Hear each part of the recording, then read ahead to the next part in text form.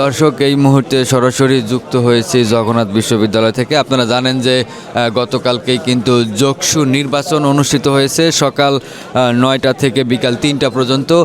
এরপরেই কিন্তু যে ভোট গ্রহণ শেষে যে ব্যালট বাক্সগুলো রয়েছে সেগুলো কিন্তু কেন্দ্রীয় নিয়ন্ত্রণ কক্ষে আনা হয়েছে এবং সেখানেই কিন্তু রাত 9টা থেকে গণনা শুরু হয়। এবং আপনাদেরকে জানিয়ে রাখি যে পরবর্তীতে এখানকার যে ওএমআর মেশিন আছে সেই মেশিনের ত্রুটির কারণে কিছু সময়ের জন্য ভোট গণনা স্থগিত ছিল এবং পরবর্তীতে কিন্তু সেই যে মেশিন পরবর্তীতে মেশিন এখন পর্যন্ত কিন্তু গণনা চলছে। তবে এখন পর্যন্ত ফলাফল প্রকাশ করা হয়নি এবং আমরা দেখতে পাচ্ছি যে এখন পর্যন্ত কিন্তু অনেক ব্যালট বাক্স রয়েছে এবং যেগুলো কিন্তু এখনও গণনা করা হয়নি। এবং আপনারা দেখতে পাচ্ছেন যে এখানকার যে পর্যবেক্ষকরা রয়েছেন তারা কিন্তু এখন পর্যন্ত ভোট যে গণনা সেই গণনার কার্যক্রম কিন্তু এখন পর্যন্ত চালিয়ে যাচ্ছে।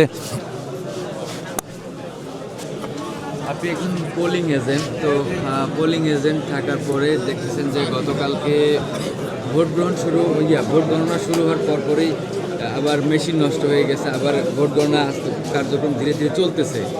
এই বিষয়ে আপনারা কতটুকু শঙ্কিত কিনা কোনো বিষয়? আসলে 5ই আগস্টের গণঅভ্যুত্থানের পরেই বাংলাদেশে একটা নতুন পরিবেশ সৃষ্টি হয়েছে, যেখানে প্রত্যেক বিশ্ববিদ্যালয়ে, বিশেষ করে 4টা বিশ্ববিদ্যালয়ে ছাত্র সংসদ নির্বাচন হয়েছে। তার ধারাবাহিকতায় জগন্নাথ বিশ্ববিদ্যালয় বারবার বিভিন্ন প্রেশার গ্রুপের কারণে বারবার পিছিয়েছে। আমরা সাধারণ শিক্ষার্থীরা এ নিয়ে খুবই শঙ্কিত ছিলাম। বিশেষ করে আমাদের 30 তারিখে নির্বাচন, তার আগে বিভিন্ন ডেট দেওয়া হয়েছে। আলটিমেটলি আজকে যখন আমাদের ভোট গ্রহণ হয়েছে, ভোট গ্রহণ মোটামুটি আলহামদুলিল্লাহ ভালো হয়েছে, কিন্তু যখন আমাদের এখানে ব্যালট বাক্স আসতে গণনা আসবে তখন হঠাৎ করে মেশিন আগে 3বার ট্রায়াল দেওয়া হয়েছিল, তখন ভালো ছিল, তারা আমাদেরকে জানিয়েছেন যে সব কিছু ওকে। কিন্তু যখন আমাদের মেশিনগুলোয় ভোট গণনা হবে তখন আমাদেরকে জানায় যে বিভিন্ন ত্রুটি আছে। তো তারপরেও আমরা প্রশাসনের কাছে আশাবাদী, দেরিতে হলেও তারা স্বচ্ছতা এবং স্বচ্ছতার জায়গা থেকে তারা সর্বোচ্চ চেষ্টা করতেছে। আমরা বিশ্বাস করি প্রশাসন তাদের স্বচ্ছতার জায়গা থেকে শিক্ষার্থীরা যে ম্যান্ডেট দিয়েছে সেই ম্যান্ডেটকেই রায় দিবে। কোনো প্রেশার বা কোনো চাপের কাছে তারা মাথা নত করবে না।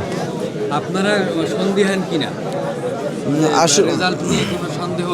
আসলে আমরা বিভিন্ন বিশ্ববিদ্যালয়ের রেজাল্ট প্রকাশ, বিভিন্ন প্রেক্ষাপটে নিয়ে আসলে আমরা বিশ্ববিদ্যালয় প্রশাসনের কাছে আশা রাখতে চাই, তবে আমরা পুরোপুরি ভরসা রাখতে পারছি না। কারণ বিভিন্ন বিশ্ববিদ্যালয়ে দেখছি 3 দিন লেগেছে, কোথাও রাত পেরিয়ে পরের দিন গিয়েছে, আমাদেরও আজকে একদিন পর চলে যাচ্ছে।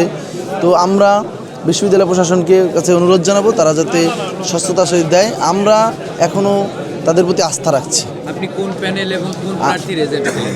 আমি শিবির সমর্থিত অদম্য জবিয়ান ঐক্যের এজেন্ট ছিলাম। দর্শক, যেমনটি শুনছিলেন যে একজন পোলিং এজেন্ট তিনি গতকালকে ভোট গ্রহণের সময় সারাদিনই আসলে কোনো একটা বুথে ছিলেন। এরপরে কিন্তু তিনি যে নির্বাচনী ফলাফল সেই ফলাফলের অপেক্ষায় রয়েছেন এবং তিনি কিন্তু জানাচ্ছিলেন যে তিনি এই ফলাফল নিয়ে বেশ শঙ্কিত রয়েছেন।